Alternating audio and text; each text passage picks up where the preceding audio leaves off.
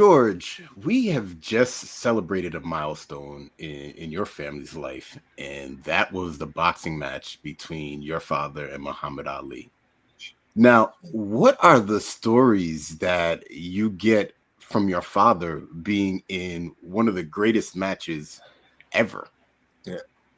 So that's not just a historic fight in my life and in my family. I've heard all the stories about it, but also the realization like, oh, this is one of the biggest fights in the world. And it wasn't just two great athletes, but it was all it was billed to be. The fight was a war, and it's worth watching over and over. And so many fights too. We use that term super fight today because there's big money, but then when you're watching the fight, you're like, maybe it's not a war. This is like a chess match. Or even sometimes in the great Mayweather fights would be a super fight, but he'd whoop him so bad, you're like, man, this wasn't even close. But you forgot it was a good matchup until he started whipping him, and you're like, man, this guy is leaps and bounds beyond. So it's a super fight in views, but it's not the war. Some people really want the war.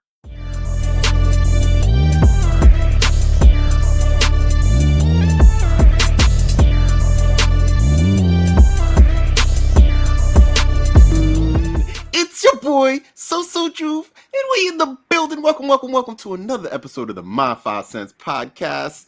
Let me go ahead and introduce the cast of characters. To my that way, I got HLS. Habitual Line Stepper in the building. What's up, everybody? Hey, what's going on, man? You looking good, man. Oh, man, I'm good. I'm feeling high. Not so good today, but I'm feeling high. All right. I feel like it got beat up a little bit. Wait till your list comes out. Then you really gonna take a beating. I'm sure. And Logical Genius made a one night only appearance, but we had to get a sub again, and we are excited about this because he was a previous guest on the show. And the topic for that one was best athletes that could make it in the MMA. I don't know. Might have to correct me on that one. But all the way from the West Coast, we got Gary DeFranco. Welcome, Gary. Thanks for having me. And I forgot that you have the best nickname, like like the Habitual Line Stepper. Like that's good because I try to do that. I bet I can't have the nickname, but that's good. Thank you, brother. I earned it. I earned it apparently. Gary, he's earned all of that right there. I believe it. You don't give yourself a nickname. Like he got that somehow. So, yeah. Yes.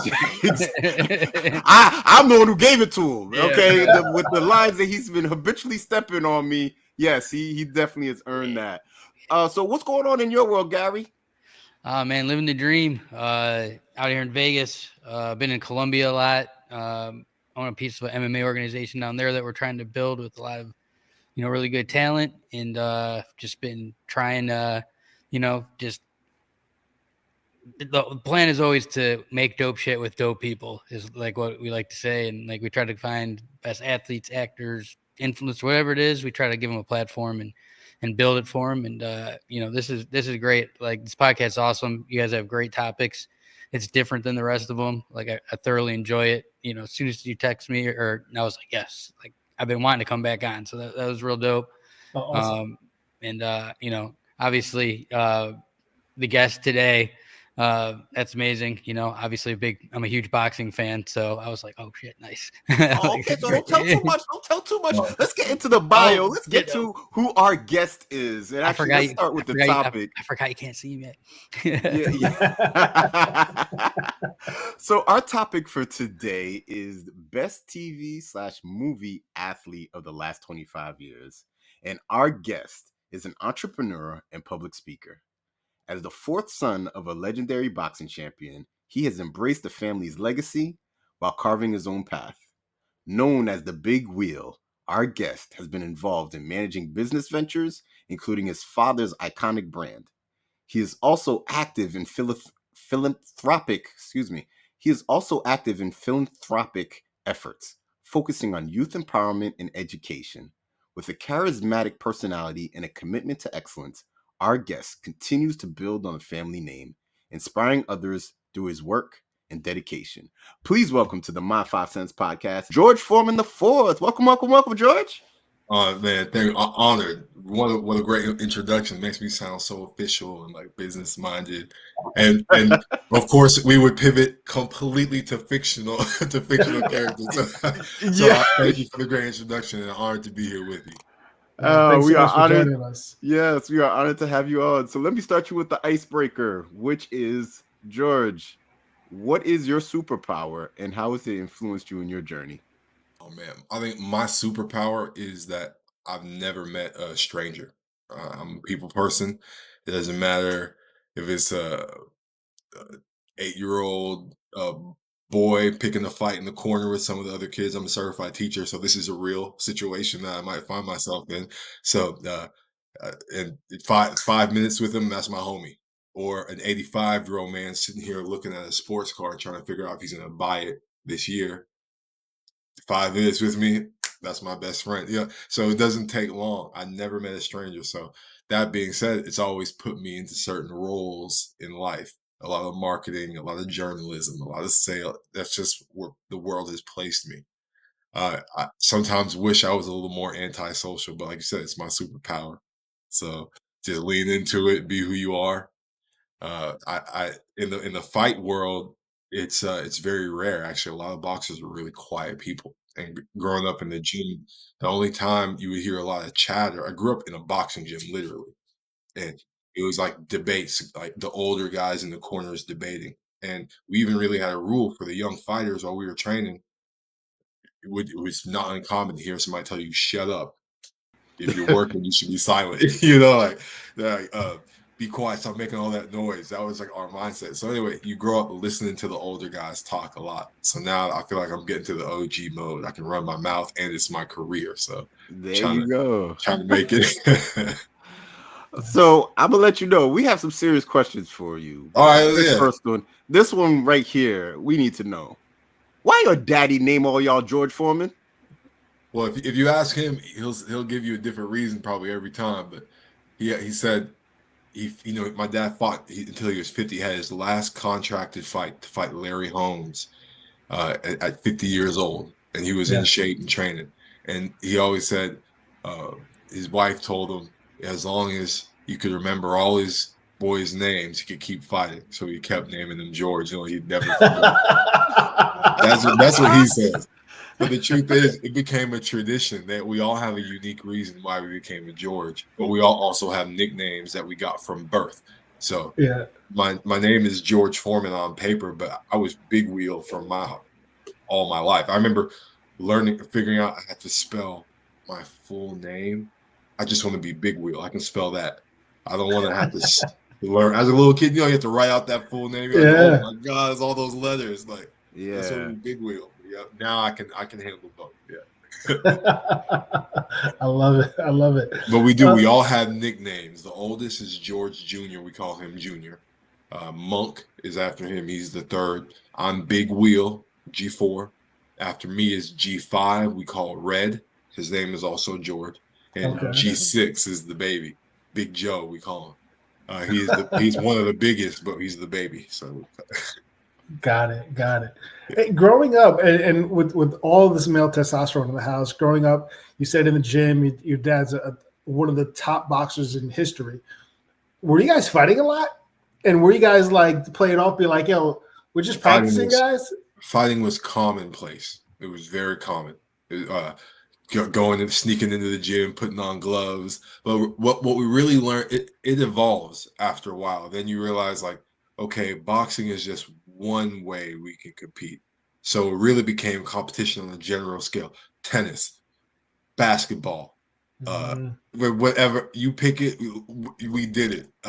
If we'd had a badminton net, we went head to head on bat because everything.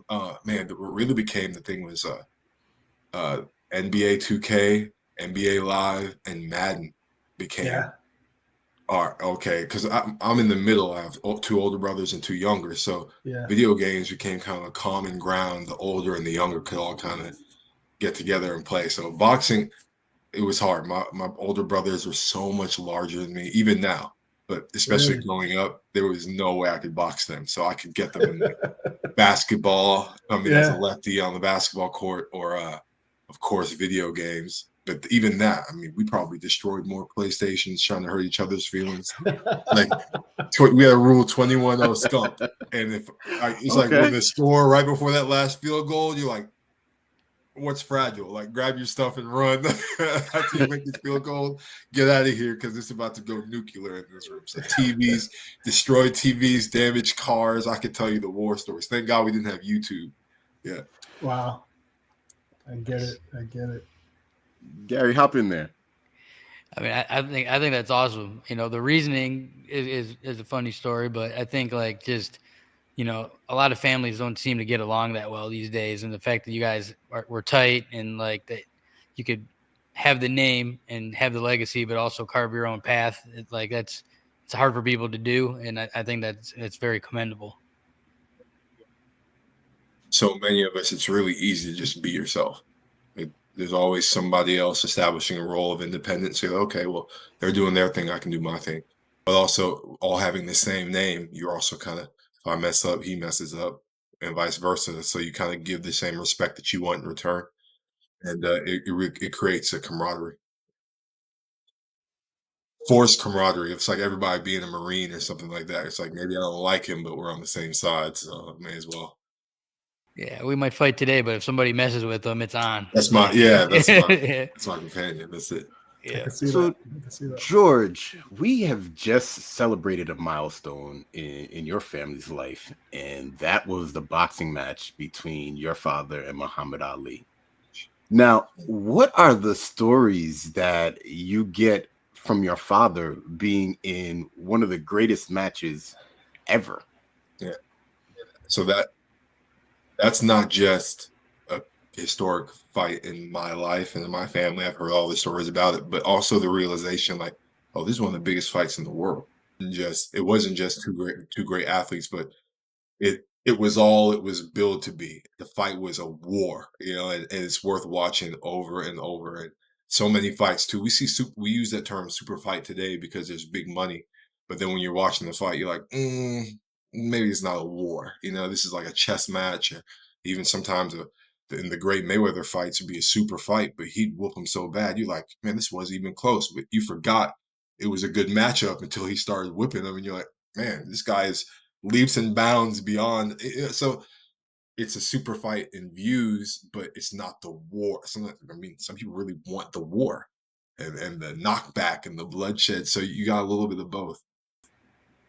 So it's a super fight, and it's been the stories about it have rang through in my life. I mean, everywhere my dad goes, people ask me about that fight. So I've heard war stories, super stories, spectacular.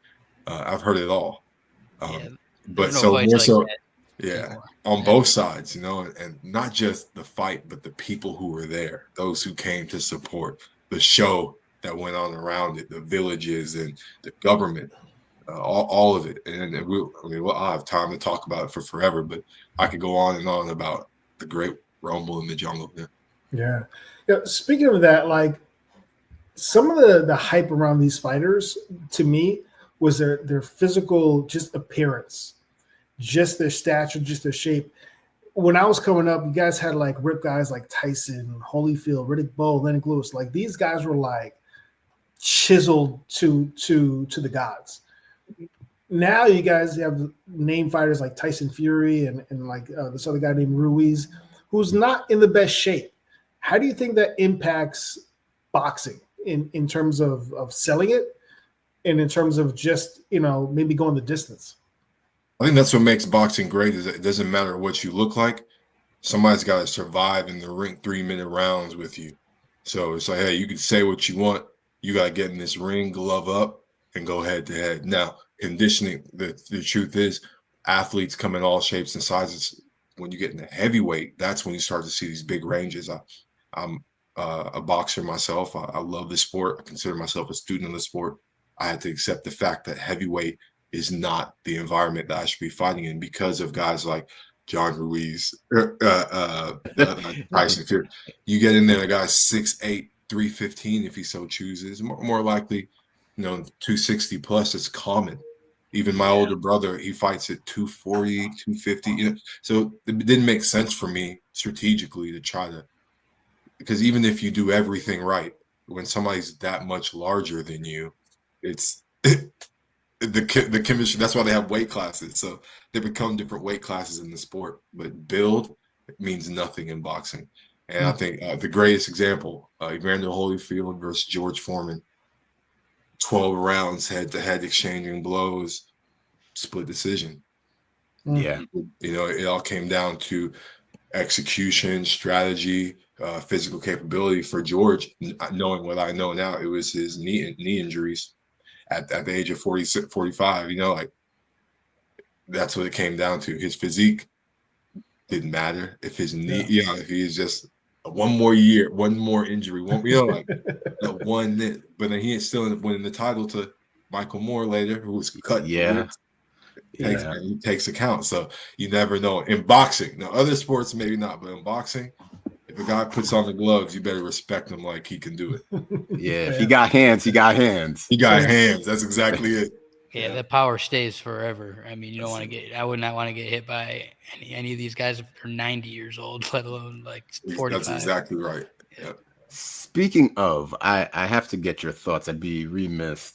You talked about blockbusters. Gary talked about those hands stay with you.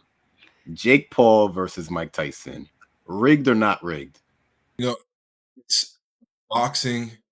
Here's what we always have to remember. In boxing, it's not just when you walk into that type of environment, there's the two fighters, but also the referee and also the judges. Like these are all integral parts of the show. And what they did was a legal showcase. Anyone could have gotten knocked out.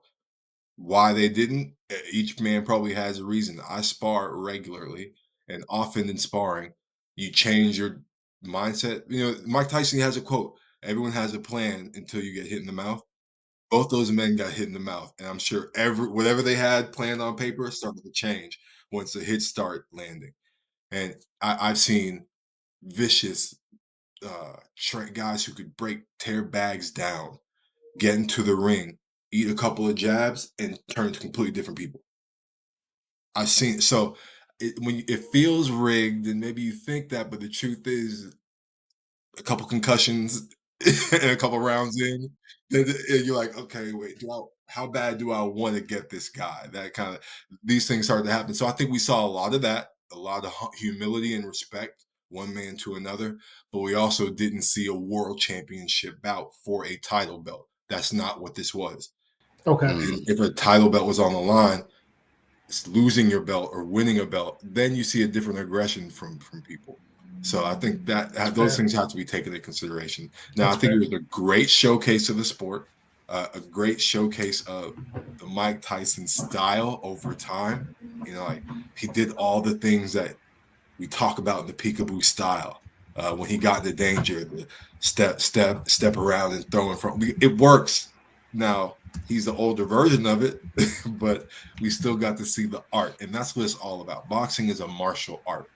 And the same way you walk into a judo tournament and see an elderly man execute his judo moves, you have to respect Tyson in that same way.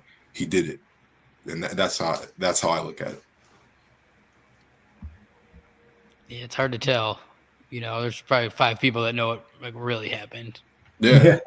That's true. So Gary, you think it's rigged, huh? I saw Jake hit him with a couple of shots, and I was like, oh, he tried to knock him out. Like that was an attempted knockout for sure. Yeah, I don't feel like it was rigged. I feel like Jay could have got him out of there later in the fight, just gas tank.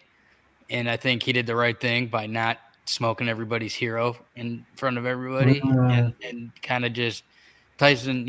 I've known Tyson since I was a kid. I love the guy, but he's 60 years old, and Jake is 7, juiced to the gills, has the best trainers. Like it's just the stamina, I think, and I think Tyson faded, and Jake could have probably, just turned it on late, and but he didn't do it. A couple of times I saw Tyson like kind of standing still, biting his glove. Yeah, and you think, don't take a chance on that. Like that's somebody who might just launch one off. So you got to be a boxer in that situation and maybe jab, step around. See, you can't be a fool against Mike, and that was clear. Like there's a couple times in that fight I'm not. Maybe it was rigged and they just entertained me well. I don't know, but there's a couple times in the fight where Paul was jabbing and stepping back. I know what that means. You're like, I'm not. I don't want to get hit. Yeah. I don't want to eat this one, so I'm stepping back and moving around the ring. If you're trying to knock a guy out, you don't go backwards, jab and move around the ring. I don't know. Now, was that on purpose? I don't know. But I just think that watching that, he was cautious and respectful enough not to just walk in on Mike and try to floor him. He did not do that. Yeah. So. Yeah, I think it can't be rigged completely because they took action on the fight, which would make that like a serious felony. And these guys, why would either one of them risk I don't think they'd risk that. All this money. I think like maybe there's a few little gentlemen's agreements in there, maybe about, not, I didn't see Tyson throwing uppercuts, or like he didn't really go to the body that much. Like I was expecting, like maybe that had something to do with it. Like, but I don't know how, what they agreed on. Like, I think they both tried to win the fight, though. The training videos of Mike Tyson was like, wow, he still got it. Like they sold that fight the best way.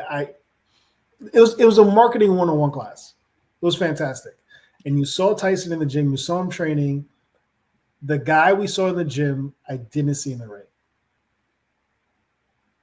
Yeah, it's tough. I've never been in there myself, but I've worked in the fight game for over 20 years, and even a guy like Tyson, I mean, that's at his age and this this environment. Like I think there's some butterflies.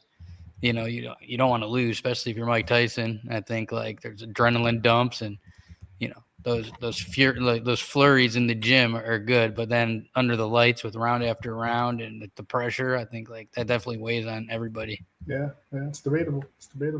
Yeah, but the more impressive. Who are you more impressed by? Are you more impressed by Mike for surviving it? Or are you more impressed by Paul for being able to do his thing against a seasoned champ? Which is more impressive? And now that we can look at it in hindsight, I'm impressed by Paul even having this fight, like him maneuvering through all this shit. And getting in a fight, and getting the commission to legalize it, so it's not a backyard brawl. He always gets it done. People hate him, and I'm not a fan of him as a boxer, really. But like so many people called me and asked me who Amanda Serrano was that night, because like really casuals or not even boxing fans, and she was the undercard, and like she's one of the best boxers on the planet that no one's ever heard of, and like she went like that. The undercards. I think that was the best part about it, was like there's real boxers that live this shit on the undercards that got exposed to a whole new fan base. So I think that was the good part about it, in my opinion. Serrano is like, now she should be like a video game character now. Like she established herself as like, oh, I'm the one. I'm the warrior. And the underdog now too. Like because she got robbed. But that's boxing. There you go. So that's the sport. It's not just her and that girl. There's a referee, judges. That guy Doc Point. That was a great fight. That's one of those fights you got to rewatch years later and say like, okay, here's how. When you're teaching the sport to somebody and what could go wrong and how to overcome, that's the fight. All right, so we talked a lot about competition. It's time to get to the real competition. We are going to transition into the next segment of the show. We have built your credibility up to be a judge on this topic here. And the topic is what, HLS? It's the best fictional athletes of television and film in the last 25 years. So what's going to happen next is SoSo Juv, HLS, and Gary are going to pitch to you their top five on the topic, which we call our 5 cents on the topic. What is going to happen is you're going to select who's going to go first, who's going to go second, who's going to go third. We'll then get into what we call cross-examination. There'll be a deliberation, and then you get to pick the winner of all eternity on this topic. But before we do so, we have to give you the criteria for judging. So HLS, please explain to George, what is the criteria for judging? George, as we just discussed, like especially in boxing, there's rules you have to follow, referees, judges. There's a lot of things you have to do to make it official. For this show, there's none of that. Okay. None. Whatever criteria is up to you. You may choose me because I have a friend named George. Oh my goodness. Curious George does not count. Your fictional book Listen, characters do he's a not friend of count my head. as your He's a friend of friends. my I'm just head. saying, okay, so it's loosey goosey. Nobody's gonna crack me over the head for picking the bad pick. No. Typically, I'm not going to sway you yet, but I'll just say you might choose me because we met twice, not only in DC but in Florida. So that might be the reason why you picked me, All George. right. Okay. I'm sure you don't remember that, George. I remember. Yeah.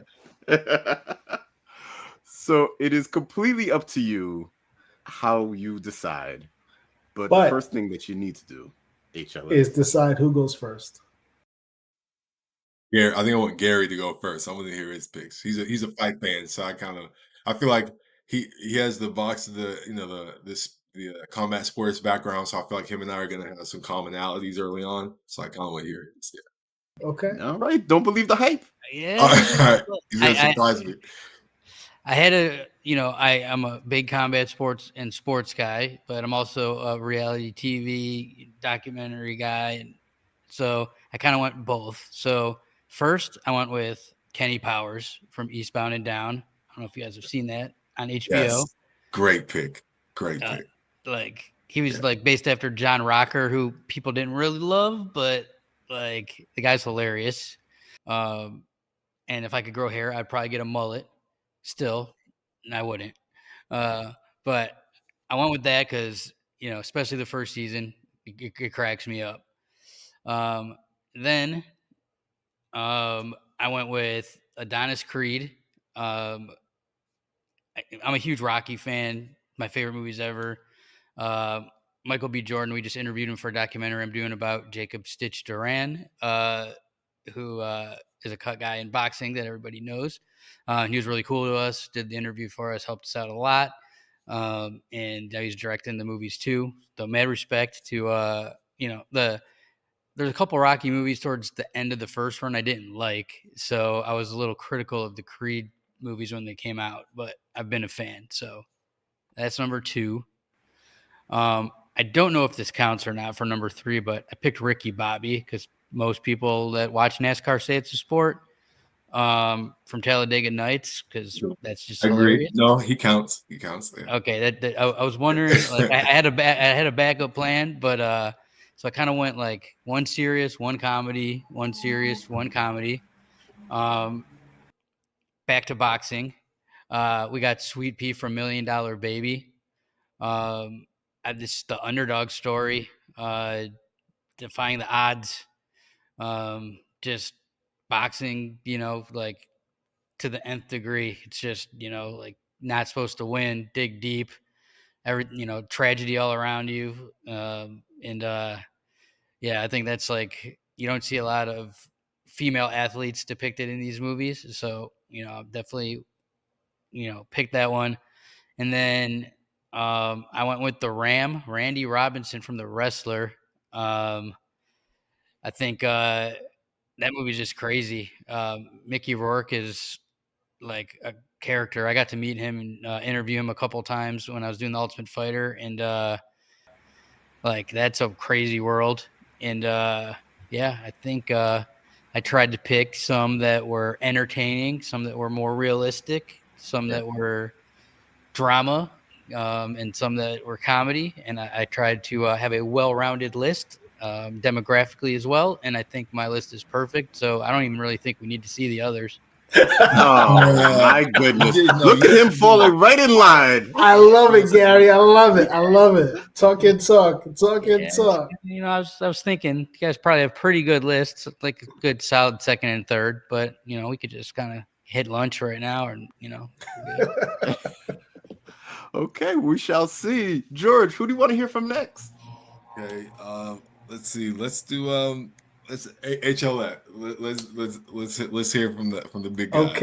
Okay. So, my list, SoSo Juv likes to get on me. My list is never personal. It's never personal. This one, so personal. It's a little personal. Oh boy, it's a little here we go. Off the beat, but I love it. So at number 5, I have a character played by Zach Gilford, one of my favorite TV shows of all time, Friday Night Lights. And it's Matt Saracen. Now, the reason why he makes my list, because he wasn't cocky. He wasn't a showboat. He was a nerd. He played backup quarterback. He was second string quarterback as a sophomore. Star player got hurt. He steps in, leads the team to the state championship, right? But somehow, some way, the boosters, the crowd, they don't believe in him. So they get someone else to come in. Doesn't work out. They put Matt back. Kills it. Last year, they brought in a freshman phenom. He's like, you know what? I still want to play. Put me as wide receiver. Put him wide receiver, and he still killed it. Matt Saracen, Friday Night Lights, 2006. Great pick.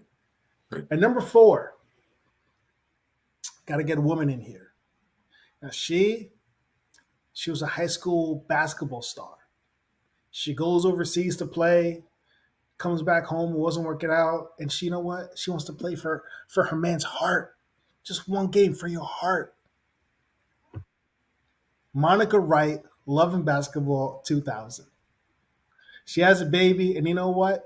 She continues her dream, makes it to the WNBA. Monica Wright, Love and Basketball. And number 3, you heard Gary say Adonis Creed. But I got one better. Damian Diamond Dame Anderson. And the reason I say that, played by, forget his name. Oh, that memorable, huh? Yeah. Unfortunately, he was in a lot of legal trouble, but his name was on the tip of my tongue. Nevertheless, he was the villain in the Creed 3. The reason why he makes my list, because he was a boxer and he kind of like took Creed under his wing as a kid, but he went to jail, never gave up on his dream, comes out ripped. And in a little bit of time, he fights Adonis for the title and gives him the business. Granted, Adonis won, but to be in jail for as long as he was, to come out and make your way to the title fight in a small window of time, yo, you're a hero to me. You're a hero to me. And number 2, you heard Gary said it, one of my favorites, Randy the Ram Robinson, played by Mickey Rourke in The Wrestler, 2008. Yo, this guy loved wrestling, and that was his life. He's shunned by his little stripper girlfriend, shunned by his daughter, works in the butcher counter. But all he really wants to do is wrestle. He has a heart condition, right? But he's like, you know what? I love this so much. I'm going to go back to the ring. They said, you're going to die, Randy. You're going to die. But he's like, you know what? It doesn't matter. It doesn't matter. He goes back to the ring to risk it all. And then number 1, another quarterback. He was a showboat. Like sometimes you kind of need this energy. He had a rap song. Willie Steven Beeman. Oh, yeah. I had him. Willie Beeman.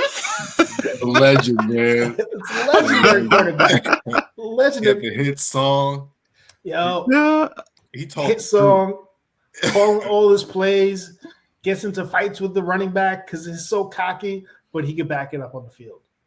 Got a little nervous, puking on the field, but at one point, it was his show. That's right. Played by Jamie Foxx. And that's my 5 cents, Gary. Hey, that's a great 5. That's a great Thank 5. you, brother. Decent. Thank you, brother. You need great detail, you know what I mean? Great description, point out why they were great. That's going to be hard to beat. It's not that hard, George. If you listen to the show, it's not that hard. Okay, so it's your boy SoSo Juv, and I'm giving you my 5 cents on the topic of best TV movie athletes of the last 25 years. Now, there are some similarities between the 2 lists that I have here, but some slight differences. And my number 1 is going to be what sets it apart. And at number 5, I'm actually coming from Friday Night Lights as well, because I am a fan of the show as well. But I am going with Tim Riggins. Tim Riggins can go to the football game drunk and still ball out. On top of, he had the 2 baddest chicks on his nuts. Oh my gosh. Yes, he lived that life. Tim Riggins, definitely number 5, my hero. At number 4, I'm going with Miguel from Cobra Kai. The man broke his back and has come back to kick A. So like you got to give him credit coming from that martial arts and being able to heal up and continue on his journey. I'm going with Miguel from Cobra Kai. At number 3, and I think that this is, you just can't leave this person off the list. And that is Monica Wright, played by Sanaa Lathan from Love and Basketball. Her story, definitely, to now being one of the pioneers in the WNBA. Like, how do you leave her off of the list?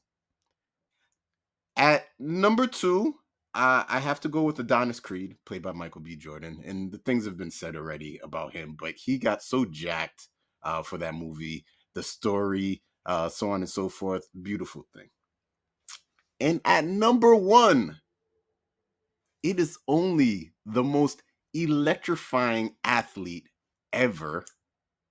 And that is The Rock, played by Dwayne Johnson in the WWE. Him in that show, phenomenal. Saved wrestling.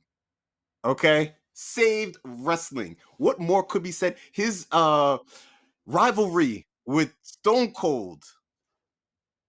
What more can be said? So there, George, that's my 5 cents on the topic. Yes, go ahead. Yes, I know. I know. The difference maker. I know.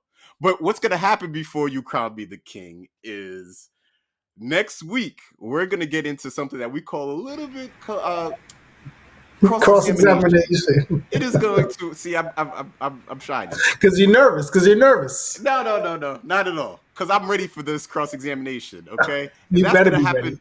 That's gonna happen next week, George. Okay, so until then, this is our 5 cents. We'll see y'all next week. Peace.